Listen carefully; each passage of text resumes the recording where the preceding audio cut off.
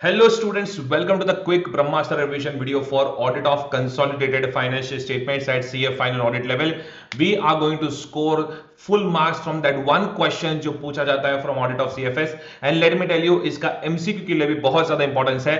Then please ensure that आप ये video को एंड तक जरूर देखो and get your easy marks. Alright. जब कंसोलिडेटेड फाइनेंशियल स्टेटमेंट्स की बात आ रही है obviously this subject is there audit subject group 1 में है, एफआर ग्रुप 1 में है, लॉ ग्रुप 1 में है. Then in that case obviously आपको थोड़ा बहुत कंसोलिडेटेड फाइनेंशियल स्टेटमेंट्स के बारे में you are aware about it. तो there are 3 categories of questions जो इसमें से पूछे जाते हैं. One is section 129 of companies act plus accounting standard 21 plus Ind AS 110. नहीं, ज्यादा टेंशन मत लो, ये तीनों का इंटरप्रिटेशन पूछा जाता है. Based upon this they try to question कि क्या एक एंटिटी को सीएफएस बनाना है, कंसोलिडेटेड फाइनेंशियल स्टेटमेंट्स, और they are not supposed to prepare CFS. ये एक कैटेगरी का क्वेश्चन है, one of their favourite category question. Alright, बताता हूं इसके बारे में. Second is pure theory. Alright, जिसमें दे विल क्वेश्चन कि मैनेजमेंट की रिस्पांसिबिलिटी क्या है, ऑडिटर की रिस्पांसिबिलिटी क्या है. ऑलराइट, एंड काफी कुछ इसमें स्टैंडर्ड्स ऑडिटिंग में कर चुके हैं, उसका रेफरेंस भी दूंगा मैं आपको. Alright, and then they will try to question your knowledge upon the consolidation adjustments. जो कंसोलिडेशन एडजस्टमेंट्स है, डिस्क्लोजर्स है, उसमें से कुछ पूछ सकते हैं. That also I will tell you. Alright, okay.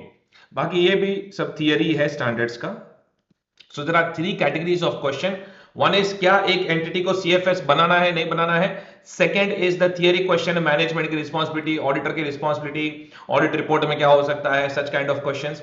And the third one is consolidation adjustments वाले क्वेश्चन. ऑलराइट, तो चलो 3 कैटेगरी ऑफ क्वेश्चन, तीनों पे फोकस करते हैं. The very first set of question, एक एंटिटी को सीएफएस बनाना है कि नहीं बनाना है. सो कंसोलिडेटेड फाइनेंशियल स्टेटमेंट्स में क्या क्या आता है, consolidated balance sheet, PNL, cash flow statement, statement of changes in equity and any explanatory note. Alright, then CFS बनाना है कि नहीं बनाना है. So everyone, section 129 says that अगर एक एंटिटी का सब्सिडरी, जॉइंट वेंचर, एसोसिएट वगैरह है, then in addition to its own financial statements it will have to prepare a consolidated financial statements. ये बनाते वक्त शेड्यूल 3 एंड अकाउंटिंग स्टैंडर्ड्स का ध्यान रखना पड़ेगा. एंड ये सीएफएस बनाने में सेक्शन 129 ने कुछ एग्जेम्पशन दिया हुआ है. We need to focus upon that exemption. जो यहां पे लिखा हुआ है एवरीवन ओवर हियर. ऑलराइट, ये मॉड्यूल में जो भी इंपॉर्टेंट चीज है उसका मैंने मार्किंग किया हुआ है. So I will share that mark document that what is important in this particular chapter in my Telegram group with the link you will find it in the description of this video. Alright, तो everyone, section 129 says that अगर X limited is controlling Y limited and Y Limited is controlling Z Limited, and अगर X Limited CFS बना रहा है, then Y Limited को CFS बनाने की जरूरत नहीं है, प्रोवाइडेड Y Limited के जो मेंबर्स है वो कोई ऑब्जेक्शन ना ले, and Y Limited is not a listed or a entity which is in process of listing. So ये 3 कंडीशन उन्होंने Y Limited के लिए दी हुई है. सर कौन सी 3 कंडीशन? फर्स्ट कंडीशन में एक्सप्लेन किया है कि Y Limited किसी और की सब्सिडरी है एंड उनके मेंबर्स को कोई ऑब्जेक्शन नहीं है, इसलिए मैंने 11 नंबर दिया हुआ है यहां पे. Alright, second, Y limited should not be a listed entity और in the process of listing. And third, Y limited जिसकी सब्सिडरी है एक्स लिमिटेड, वो सीएफएस बना रहा है. समझो सर, अगर एक्स की कोई दूसरी होल्डिंग कंपनी है, लेट अस से पी लिमिटेड, और अगर पी लिमिटेड सीएफएस बना रहा है, then in that case क्या x and y को exemption मिल सकता है? yes sir, मिल सकता है. बेसिकली इंटरमीडियरी होल्डिंग कंपनी को वो लोग exemption देने की बात कर रहे हैं. am I clear with this? yes sir, yes sir. okay, ये सेक्शन 129 का exemption है. However, जब हम अकाउंटिंग स्टैंडर्ड 21 की बात करते हैं, इंड एस 110 की बात करते हैं, तो उनके भी अपने अपने एग्जेम्पशन है. इंड एस 110 सबको पता है. Ind AS 110, I hope you have heard about it as of now, at least जब रिवीजन वीडियो देख रहे हो, कि इन्वेस्टमेंट एंटिटी का अगर क्राइटेरिया सेटिस्फाई कर देता है, then in that case Ind AS 110 gives you exemption from preparation of CFS. Correct. तो इन्वेस्टमेंट एंटिटी कौन है? एक ऐसी एंटिटी जो फंड्स लेती है with a commitment that boss हम लोग ये फंड्स को इन्वेस्ट करने वाले हैं in the securities of different companies, and वो इन्वेस्टमेंट में से आपको इनकम जनरेट करके देंगे. तो obviously it is very much possible that Y limited अलग अलग कंपनीज में इन्वेस्ट कर रहा है, कहीं पे 50%, कहीं पे 55%, कहीं पे 56%, कहीं पे 60% स्टेक होल्डिंग आ गया, बट उसका पर्पस सिर्फ इन्वेस्टमेंट से इनकम कमाना है, not to control the other entities. And अगर वो अपना जो भी परफॉर्मेंस है, जो भी इन्वेस्टमेंट्स है, उसे फेयर वैल्यू बेसिस पे वैल्यू करे, यानी एक शॉर्ट टर्म इन्वेस्टमेंट का ये सब पोर्टफोलियो है, then in that case it is an investment entity. बहुत फटाफट रिवीजन स्टाइल में समझा रहा हूं। Obviously FR professors they go very slow when they teach this and they are the right person to also understand investment entity exemption, पर मैंने आपको एक रफ लैंग्वेज में, एक स्टूडेंट फ्रेंडली लैंग्वेज में समझा दिया। सो अगर एक एंटिटी इन्वेस्टमेंट एंटिटी है, देन इन दैट केस ये जो अभी यहाँ पे है S1, S2, S3, ये सबका कंसोलिडेशन करने की जरूरत नहीं है। ऑलराइट, बट लेट अस से Y लिमिटेड की दूसरी एक पेरेंट एंटिटी है X limited. So X limited is controlling Y limited and Y limited काफी सारी दूसरी एंटिटीज को कंट्रोल करिए, बट Y लिमिटेड एक इन्वेस्टमेंट एंटिटी है, तो Y लिमिटेड को CFS बनाने की जरूरत नहीं है। But if X limited is controlling Y limited, then अगर X लिमिटेड खुद इन्वेस्टमेंट एंटिटी नहीं है, then they will have to prepare CFS, they are not exempt from preparing CFS। ये इंड AS 110 में लिखा हुआ है। AS21 का अपना ही एग्जाम्पशन है। AS21 बोलता है दैट अगर P is controlling Q, let us से P ने ग्रेटर देन 51% वगैरह वोटिंग पावर लेके रखा है Q में, लेट अस से 60% वोटिंग पावर, बट P जो है वो Q के शेयर्स को सेल करने वाला है इन द नियर फ्यूचर, ये जो है वो डिस्पोज करने वाला है इन द नियर फ्यूचर, यानी P का कभी इंटेंशन ही नहीं था तो कंट्रोल Q, वो तो शेयर्स लेते 50% के ऊपर चला गया, कंट्रोल एस्टैब्लिश हो गया, but P is going to dispose it in the near future. Then in that case इसको AS21 जो है, AS21 इसको टेम्पररी कंट्रोल मानता है। प्लीज एवरीवन फोकस, बाकी का रिवीजन वीडियो फटाफट हो जाएगा, यही एक इंपॉर्टेंट एरिया है। तो इसको टेम्पररी कंट्रोल मानता है, एंड बिकॉज P का कोई इंटेंशन ही नहीं है to control Q, that is why P is exempt from preparation of CFS, ये AS21 ने बोला हुआ है। हाउएवर ऐसा एग्जेम्पशन इंड AS 110 में नहीं है। इंड AS 110 में इन्वेस्टमेंट एंटिटी का एग्जेम्पशन है, लेकिन provided these three conditions are satisfied, तब जाके वो एंटिटी इन्वेस्टमेंट एंटिटी होती है। AS21 में ऐसे टेम्पररी कंट्रोल वाले एग्जेम्पशन नहीं है, सॉरी इंड AS 110 में ऐसे टेम्पररी कंट्रोल वाले एग्जेम्पशन नहीं है, I am so sorry, Ind AS 110 में ऐसे टेम्पररी कंट्रोल वाले एग्जेम्पशन नहीं है जो AS21 के अंदर है।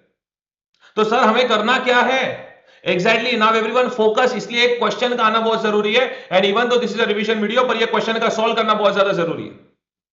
So everyone, Parent Limited has acquired 51% shares of Child Limited during the year ended 31st March 2019.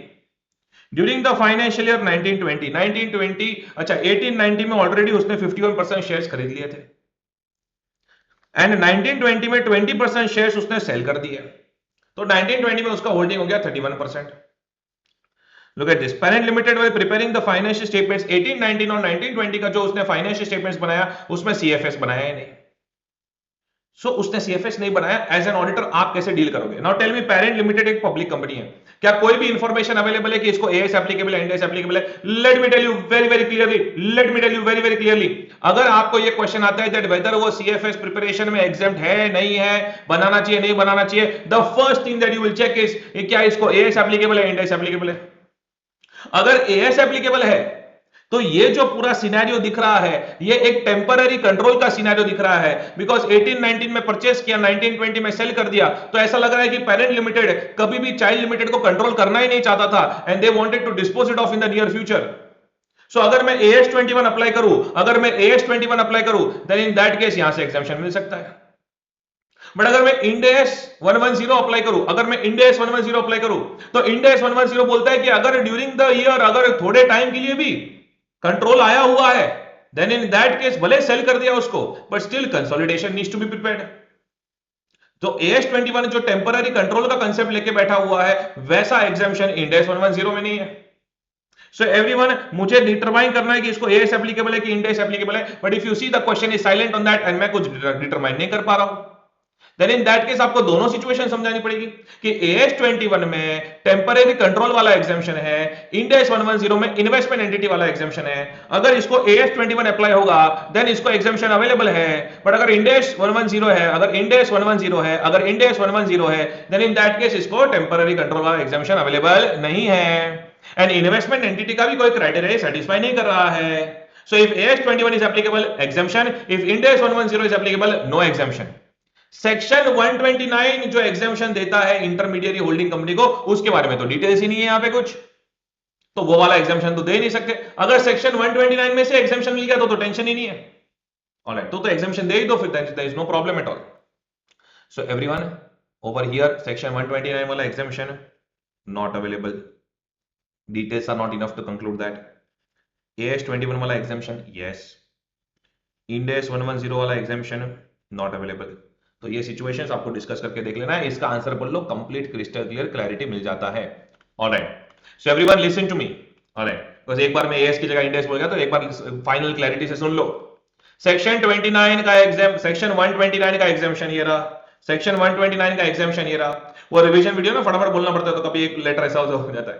तो सेक्शन 129 का एग्जामिशन ये रहा. ऑलराइट, इसको एक बार अच्छे से पढ़ लो. एएस 21 कब एग्जाम्प्ट करता है? टेम्पररी कंट्रोल के केस में एएस 21 एग्जामिशन दे देता है. इंड एस 110 में इन्वेस्टमेंट एंटिटी का क्राइटेरिया फुलफिल हुआ तब जाके एग्जामिशन मिलता है. तो तीनों एग्जामिशन अच्छे से पढ़ लो, ये क्वेश्चन सॉल्व कर लो, you are done with this. लेकिन मॉड्यूल में एक चीज के बारे में बहुत डिटेल में बात नहीं की गई है. एएस 21 में ना दो एग्जामिशन है, एक टेम्पररी कंट्रोल वाला जो ये क्वेश्चन दिख रहा है, एंड दूसरा अगर X limited is controlling Y limited, समझो एएस एप्लीकेबल है, एंड वाई लिमिटेड एक्स को कोई फंड्स ट्रांसफर नहीं कर पा रहा है. वाई लिमिटेड एक्स को कोई फंड्स ट्रांसफर नहीं कर पा रहा है बिकॉज कुछ सीवियर लॉन्ग टर्म रेस्ट्रिक्शन है ऑन द फंड्स ट्रांसफर. यानी कि एक्स वाई को कंट्रोल तो कर रहा है लेकिन वाई से कुछ बेनिफिट नहीं मिल रहा है. Then in that case, then समझो वाई के अकाउंट सारे फ्रीज है वगैरह ऐसा कुछ, then in that case X को सीएफएस बनाने की जरूरत नहीं है. तो एएस 21 में दो एग्जामिशन है, एक है टेम्पररी कंट्रोल वाला और एक है severe long term funds transfer restriction वाला. एक लास्ट टाइम समरी दे दूं. सेक्शन 129, इफ एक्स, एकदम समरी वाला है, if X is controlling Y, Y is controlling Z, तो वाई को सीएफएस बनाने की जरूरत नहीं है प्रोवाइडेड एक्स सीएफएस बना रहा है, प्रोवाइडेड एक्स सीएफएस बना रहा है एंड वाई लिस्टेड नहीं है एंड वाई के मेंबर्स ऑब्जेक्ट नहीं कर रहे. Section 129 done. एएस 21 दो एग्जामिशन दे देता है, temporary control and severe long term funds restriction. Temporary control, X ने वाई में वोटिंग पावर, कंट्रोलिंग इंटरेस्ट ले लिया एक, alright, however they have an intention to dispose it off in the near future, correct. तो in that case exemption है. Then अगर x ने Y को कंट्रोल किया है लेकिन वाई फंड से ट्रांसफर नहीं कर पा रहा है, severe long term funds transfer का रेस्ट्रिक्शन है, then in that case exemption है, that is AS 21. Ind AS 110, X ने let us talk about Y limited. Y limited ने 10 अलग अलग कंपनीज के अंदर कंट्रोलिंग इंटरेस्ट ले लिया है, बट वाई लिमिटेड तो ऐसा करेगा बिकॉज वो तो इन्वेस्टमेंट एंटिटी है. वाई लिमिटेड का काम ही है कि भाई ऐसे सब जगह पे शॉर्ट टर्म इन्वेस्ट करके जैसे पैसा मिले निकल जाने का. ऑलराइट, सो प्रॉपर उसका पूरा ऑपरेशनली इन्वेस्टमेंट एंटिटी का है, साइड एक्टिविटी नहीं है, मेन उसका ऑपरेशन ही इन्वेस्टमेंट एंटिटी का है. Then in that case if it is an investment entity तो इंड एस 110 वहां पे एग्जामिशन दे देता है. सो एनी क्वेश्चन में यू हैव टू एग्जामिन. अगर सेक्शन 129 का एग्जामिशन अवेलेबल है तो सीधा सीधा एग्जाम कर दो. देन अदरवाइज आपको देखना पड़ेगा एएस 21 एप्लीकेबल है, इंड एस 110. अगर question is silent and you are not able to determine it, then you have to check, alright, कि AS 21 इंड एस 110 का समझ में नहीं आ रहा है, देन यू हैव टू राइट ऑल द पॉसिबिलिटीज कि AS 21 के हिसाब से ये है, इंड एस 110 के हिसाब से ये. Am I clear with this? Yes, yes, yes. I hope कि ये जो बहुत ही टेक्निकल पार्ट है that is clear. इसका पीछे टेस्ट नॉलेज में भी एक दो क्वेश्चन दिए हुए, अगर वो कर लो then no one can stop you alright from scoring full marks in this particular set of question, which is an important set of question. Alright, okay. Now everyone over here. अब कुछ theory question. Auditor और parent की responsibility क्या है? Look at this. जो main CFS बना रहा है, जो मैनेजमेंट, उसकी रिस्पॉन्सिबिलिटी क्या है? दो ही तो रिस्पॉन्सिबिलिटी है उसकी. एक तो आइडेंटिफिकेशन, कौन कितने कंपोनेंट्स को कंसोलिडेट करना है, कंपोनेंट्स वर्ड यूज करने का, खाली सब्सिडियरी वर्ड यूज नहीं करने का. कंपोनेंट्स में सब्सिडियरी, जॉइंट वेंचर, एसोसिएट आता है. So how many components are to be consolidated, कौन से रिपोर्टेबल सेगमेंट्स हैं, कितने रिलेटेड पार्टीज है, आइडेंटिफिकेशन. 3 पॉइंट में तो आइडेंटिफिकेशन का काम चल रहा है. एंड दूसरा प्रिपरेशन ऑफ सीएफएस. अब जब आप सीएफएस बनाते हो, करेक्ट, तो हार्मोनाइजेशन ऑफ अकाउंटिंग पॉलिसी, सारे कंसोलिडेशन, एडजस्टमेंट्स, डिस्क्लोजर्स देना वगैरह. तो ऐसे 3 पॉइंट उन्होंने प्रिपरेशन ऑफ सीएफएस के लिख दिए, करेक्ट. सो बट मेन काम यही है पेरेंट का, identification of the components, identification of the components and preparation of CFS, correct? Okay, ऐसे शॉर्ट में याद रखो. देन ऑडिटर की रिस्पॉन्सिबिलिटी क्या है, ऑडिटर का ऑब्जेक्टिव क्या है? ऑडिटर के ऑब्जेक्टिव ऐसे 200 के हिसाब से रहेंगे यार. दैट जो भी CFS बन रहे हैं, whether they are as per applicable financial reporting framework, whether they are free from material misstatements and financial statements are showing a true and fair view. खाली FS की जगह पे CFS लगा देंगे. लेकिन डोंट फॉरगेट कि ऑडिटर को audit report भी बनाना है और सीएफएस तो कंपनीज के केस में होता है, करेक्ट. तो ऑडिटर जब ऑडिट रिपोर्ट बना रहा है, then in that case section 143 of companies act के साथ भी कंप्लाई करना है. So AFRF, true and fair view and audit report में सेक्शन 143 ऑफ कंपनीज एक्ट, ये ऑडिटर के ऑब्जेक्टिव्स है when he is conducting audit of CFS. ध्यान रखना, ऑडिटर को लेकर मल्टीपल क्वेश्चन आ सकते हैं, लेकिन जब ऑब्जेक्टिव्स के आया तो ये 3 पॉइंट पे बैंक करना है आपको. Alright okay. देन दूसरा क्वेश्चन, ये 3 पॉइंट यहां पे बताया गया कि ऑडिटर करेगा क्या, he will plan his work, he will understand and he will ensure कि ऑडिट रिस्क जितना लो हो सके उतना लो रखेगा। ऑलराइट, देन दूसरा क्वेश्चन ओवर हियर, जब ऑडिटर सीएफएस के लिए ऑडिट करता है तो ऐसी कौन सी चीजें हैं जो उसके ऑडिट प्रोसीजर्स पे इंपैक्ट लाती है? First of all, can I से द प्रिपरेशन ऑफ सीएफएस, उसके एक अलग सेट ऑफ अकाउंटिंग स्टैंडर्ड्स है, अलग अकाउंटिंग एडजस्टमेंट्स है। Alright, so that brings a very big impact on his audit procedures. दूसरा, अगर सब्सिडरीज, जॉइंट वेंचर्स, एसोसिएट्स का ऑडिट किसी दूसरे ऑडिटर ने किया हुआ है तो using the work of other auditors. So there are two things that can impact the auditor, one is the accounting adjustments and second is using the work of other auditors. Alright okay, then over here SS 600, ये पूरा जो है ना content SS 600 को repeat किया गया है। मेरा ब्रह्मास्त्र रिवीजन वीडियो SS 600 को लेके ऑलरेडी है। Alright, so you can watch that particular video and you can get some vital information के प्रिंसिपल ऑडिटर अदर ऑडिटर के साथ कोऑर्डिनेट कैसे करता है। However, one of the very important question is कि जब ऑडिटर मटेरियलिटी को कंप्यूट कर रहा है, I am talking about the principal auditor, the auditor of consolidated financial statements, जब मटेरियलिटी को कंप्यूट कर रहा है तो सीएफएस के लिए उसे खास कौन सी चीजों पे ध्यान देना पड़ता है? Boss, materiality for stand alone financial statement अलग होता है, मटेरियलिटी फॉर सीएफएस अलग होता है। तो पहले तो उसे मटेरियलिटी फॉर सीएफएस कंप्यूट करना है, मटेरियलिटी फॉर सीएफएस कंप्यूट करना है। देन इन दैट केस उसे फाइंड आउट करना है कि कौन से कंपोनेंट्स मटेरियल है, बिकॉज इमटेरियल कंपोनेंट्स को इग्नोर कर सकता है। कौन से कंपोनेंट्स मटेरियल है, he has to find out that. And then boss, जो मटेरियल कंपोनेंट्स है उनके अदर ऑडिटर के साथ कोऑर्डिनेट करने के लिए he has to communicate the materiality level to other auditors also। तो कंपोनेंट लेवल पे क्या क्या मटेरियल हो सकता है वो फाइंड आउट करके उसे कम्युनिकेट करना to other auditor. Alright, and then obviously other auditors यानी कंपोनेंट के ऑडिटर से कंफर्मेशंस लेना regarding whether they have followed the standard auditing procedures और नॉट। ऑलराइट ओके, तो ये 4 point and you will get your marks की भाई जब मटेरियलिटी का डिटरमिनेशन करता है auditor, at that point of time what are the special things to be considered. Alright, then SS 600 में मेरा लास्ट 5-7 मिनट्स देख लेना, उसमें रिपोर्टिंग कंसीडरेशंस की बात करता हूं मैं, and which is very very important, जो ये पैराग्राफ पे समझाया गया है। ऑलराइट, कॉमन सेंस से भी आपको पता चल सकता है, but if you want you can see the Brahmastra revision video which is there on YouTube for SS 600 reporting considerations. Okay, now everyone over here, auditing the consolidation. अब देखो ऑडिटर के कितने क्वेश्चन हुए, एक तो ऑडिटर के ऑब्जेक्टिव का question, then audit procedures पे इंपैक्ट कौन सी चीज लाती है, तो accounting and using the work of other auditor, ये 2 चीज लाती है। देन मटेरियलिटी को लेकर ऑडिटर को कौन सी चीजें कंसीडर करनी होती है, दैट इज डन 4 पॉइंट वाला answer, correct, we are done with that. And then आपको पूछेंगे जब ऑडिटर प्लान कर रहा है, प्लान वर्ड पे ध्यान देना यार, ये सब theory question, you have to be careful. जो ऑडिटर प्लान कर रहा है audit of consolidated financial statement, at that point of time उसे कौन सी चीजों को कंसीडर करना है। ऑलराइट, ऑब्वियसली जब मैं प्लान कर रहा हूं ऑडिट तो पहले तो मुझे पूरा ग्रुप का अंडरस्टैंडिंग चाहिए, पूरे स्ट्रक्चर का, पूरे अकाउंटिंग सिस्टम का, इंटरनल कंट्रोल का, उनकी अकाउंटिंग पॉलिसीज का अंडरस्टैंडिंग चाहिए। I need to find out what can be the risk of material misstatement across the whole entity, and accordingly मैं अपना प्रोसीजर्स का प्लानिंग करूंगा, अदर ऑडिटर के साथ कोऑर्डिनेट करना है। ऑलराइट, तो ये सारी चीजें। However, if you want to remember in a code word style, SIP COP, all right, SIP COP. S for structure, I for internal control, group structure, group level पे internal controls, policies, accounting policies, very important things to be considered. Procedures, audit procedures के साथ कौन सा word आ जाता है, nature, timing, extent of audit procedures based upon the wrong, all right, and then other auditor का काम use करना and coordinating with the work performed amongst the whole audit team. yes, ये सब चीजें मुझे ऑडिटर को कंसीडर करनी है जब वो अपना प्लान बना रहा है। Special considerations for planning audit of CFS, question पे ध्यान देना दोस्त। Alright, last line of the question, because auditor word use करके लास्ट लाइन में क्वेश्चन घुमा सकते हैं।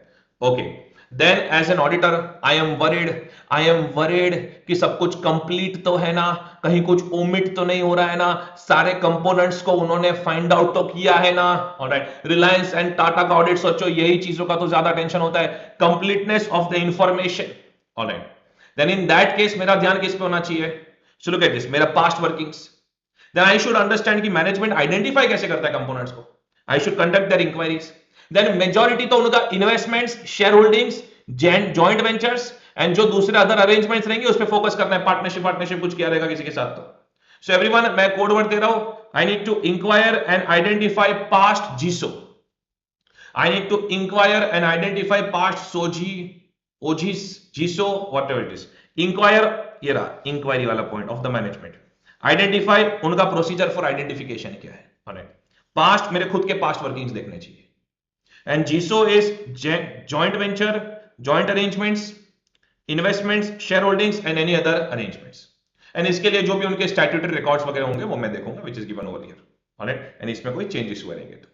सो एवरीवन, कंप्लीटनेस के लिए एज एन ऑडिटर मुझे क्या प्रोसीजर्स परफॉर्म करनी है? I am requesting please focus on the last line of the question, otherwise you will get clean bold. Okay, then क्या हुआ है, पूरा सेक्शन 129 एंड एएस 21 ने इंड एस 110 में क्या क्या एग्जामिशन है उसको फिर से रिपीट किया गया है, दैट एज एन ऑडिटर मुझे ये एग्जामिशंस है कि नहीं वो देखना चाहिए। करेक्ट। सो ये 2 पेज पूरा रिपीट कंटेंट में चला जाता है and that is my module looks a little lengthier. Alright, then listen to मी।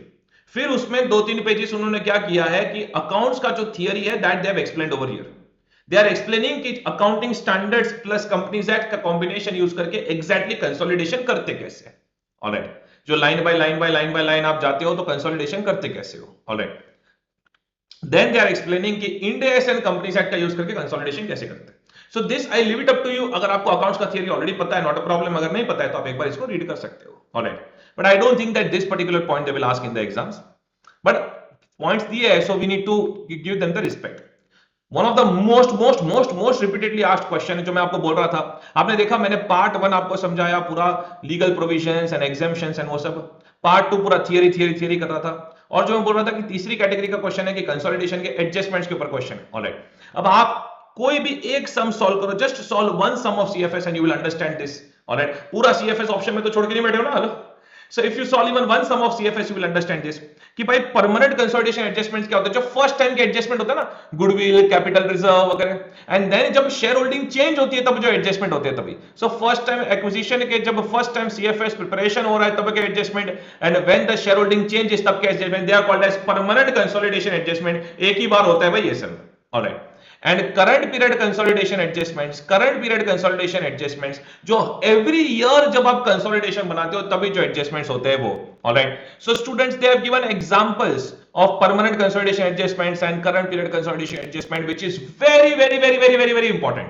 और या तो आपको 2 क्वेश्चन पूछ सकते हैं, examples of permanent and current period consolidation adjustments, या तो दूसरा आपको पूछ सकते हैं एज एन ऑडिटर आप उसको कैसे ऑडिट करोगे। जो दूसरा वाला ना उसको पढ़ो मत, just read the examples.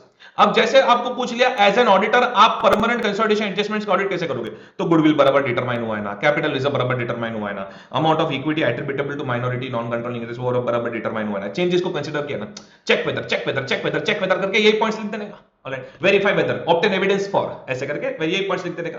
Same technique for current period consolidation adjustments पता होना चाहिए, फिर वो हर एक एडजस्टमेंट हुआ है कि उसको वेरीफाई करो, उसके रिकॉर्ड्स वेरीफाई करो, उसके अकाउंटिंग वेरीफाई करो।